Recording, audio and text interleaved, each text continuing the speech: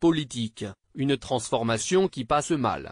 L'ISF, impôt sur la fortune tel qu'on le connaît, va disparaître pour devenir un impôt sur la fortune immobilière IFI, de façon à exempter de taxes les valeurs mobilières et les placements actions, assurance vie.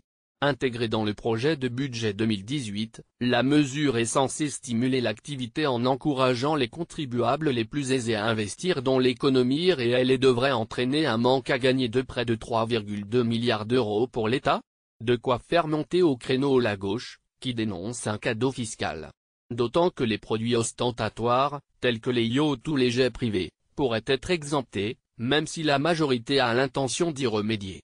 Totalement à côté de la plaque parmi ces critiques, celle de Thomas Piketty ne passe pas inaperçue. Dans une chronique publiée par Le Monde ce samedi 7 octobre, l'économiste classé à gauche, il a notamment participé à la campagne présidentielle de Benoît Hamon, dénonce une lourde faute morale, économique et historique. Cette décision montre une profonde incompréhension des défis inégalitaires posés par la mondialisation. Supprimer l'ISF en France aujourd'hui, près de 40 ans après l'arrivée au pouvoir de Reagan et Thatcher, est totalement à côté de la plaque, estime Thomas Piketty, qui souligne que les plus hauts patrimoines se portent très bien en France. Entre 1980 et 2016, le patrimoine des 1% les plus fortunés, qui comprend plus de 70% d'actifs financiers, est passé de 1,4 à 4,5 millions d'euros, s'indigne-t-il.